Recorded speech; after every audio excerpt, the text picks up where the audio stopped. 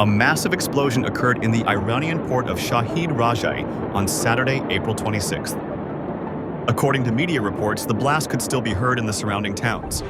Around 280 people were injured. Videos showed dark smoke over the area in the city of Bandar Abbas. Eyewitnesses report that the ground shook. According to a local civil protection official, the explosion was caused by several containers. The area around the accident site is currently being evacuated.